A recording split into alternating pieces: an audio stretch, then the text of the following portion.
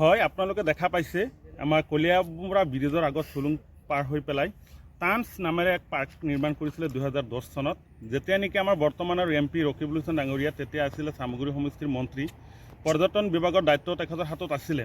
তেতিয়া এই পাৰ্কখন আপোনাৰ স্থাপন কৰিছিল আৰু এই পাৰ্কখনৰ নাম দিছিলে আপোনাৰ টান্স পাৰ্ক বুলি। আৰু পাৰ্কখন স্থাপন হোৱাৰ পাছত 4-5 বছৰ ভালেমান চলিছে। পাছত লাহে লাহে পাৰ্কখন বন্ধ হ'ব ধৰিছে।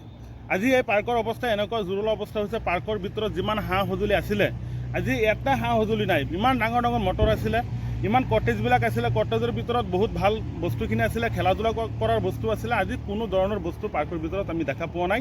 এতিয়া জংঘলে আৱৰি ধৰিছে আৰু ইয়াৰ ভিতৰত আমি দেখা পাইছোঁ, বৰ্তমান শুনা পাইছোঁ যে ইয়াৰ স্থানীয় যুৱকসকলে কৈছে যে ইয়াৰ ভিতৰত বৰ্তমান ড্ৰাগছ, মদ, আপোনাৰ যিমান অসামাজিক কামৰ আড্ডাবিলাক হৈ থাকে।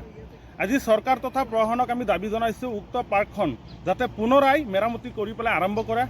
আৰু লগতে উক্ত পাৰ্কখন যেতিয়া বনাইছিলে তেতিয়া বহুত টকা ইয়াত ব্যয় কৰিছিলে, বহুত হাজাৰ কোটি টকা ইয়াত ব্যয় কৰিছিলে। আজি সেই হাজাৰ কোটি টকা আমাৰ ৰাইজৰ টকাহে, আমাৰ ৰাইজৰ পৰা টেক্স লয় চৰকাৰে। আজি চৰকাৰৰ যি আমাৰ মানে পুঁজি, কোনোবাই ব্যক্তিগত মুনাফাৰ কাৰণে সেইখিনি পুঁজি নষ্ট কৰি পেলাই পাৰ্ক এখন নামত সি টকাখিনি খাইছে বা আত্মসাৎ কৰিছে, সেইখিনি আমি ৰাইজে সহ্য নকৰোঁ। অতি শীঘ্ৰে প্ৰশাসনে ইয়াৰ ওপৰত এক তদন্ত আৰম্ভ কৰিব লাগে।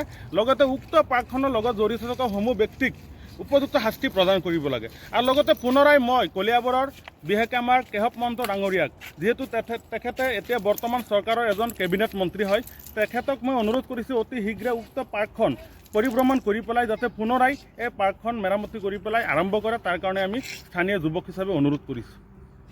মানে এইটো পাৰ্কখন 2019ৰ পৰা বন্ধ হৈ আছে। ইয়াত বন্ধ হৈ থকা মানে আৰু চুৰিহে হৈছে। এইটো আৰু পাৰ্ক বুলি হেৰি নহয়, এইটো ৰখিবলৈ বনাইছিলে তাৰ ল'ৰাৰ নামত, কিন্তু অৰিজিনেলি এইটো চৰকাৰী প্ৰপাৰ্টি হয়। এতিয়া আমাৰ ইয়াৰ বিধায়ক আছে কেশৱ মহন্ত এতিয়া পুনৰবাৰ আকৌ অ'পেনিং কৰিব লাগে, নহ'লে এইটো চোৰৰ উৎপাত হৈ আছে। আমাৰ গাঁও চুবুৰীয়াকেইটা ধৰি পুলিচক দিওঁ, পুলিচে আমাক হেৰাছমেণ্টহে দিয়ে।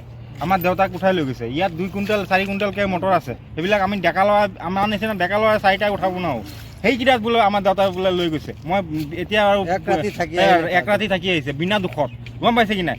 ইয়াত মানে পুলিচবিলাক আৰু ইয়াত পুলিচ নহয়, চব ডুপ্লিকেট কামহে হয়। ল'ৰা ছোৱালীবিলাক আহে তেজপুৰৰ কলেজৰ পৰা, ইয়াত জংঘল যি হৈছে, ইয়াত দুনিয়া ৰেপ চেপ হৈ থাকে। আৰু মানে কি ক'ব, ড্ৰাগছৰ হেৰি আৰু চোৰৰ এইটো আড্ডাবাজিহে হৈছে। ৰাতি আমিতো দিন হাজিৰা কৰা মানুহে, আমিতো দিন হাজিৰা কৰি খাওঁ, এইবিলাকতো চাই থাকিব নোৱাৰোঁ। এতিয়া মানে ভিডিঅ' মই বনাই ৰাখিছোঁ, এতিয়া পুলিচক নিদিওঁ। পুলিচত দিলে আমাকহে হেৰাছমেণ্ট দিয়ে পুলিচে আমাৰ 10-15 হাজাৰ টকা ডিমাণ্ড কৰে। আমিতো সেইবিলাক দিব নোৱাৰোঁ, আমি কাম কৰিয়ে খাওঁ। আমিতো এইবিলাক চৰকাৰী প্ৰপাৰ্টি পাহাৰা দি ৰাখিব আমাক ৰখা নাই নহয়, দমা দি। আমি ঘৰৰ লগৰ বুলি আমি তাৰ হেৰাছমেণ্ট কিয় হ'ম? এইটো পুনৰবাৰ অ'পেনিং হ'ব লাগে, নহ'লে একেবাৰে বন্ধ হ'ব লাগে।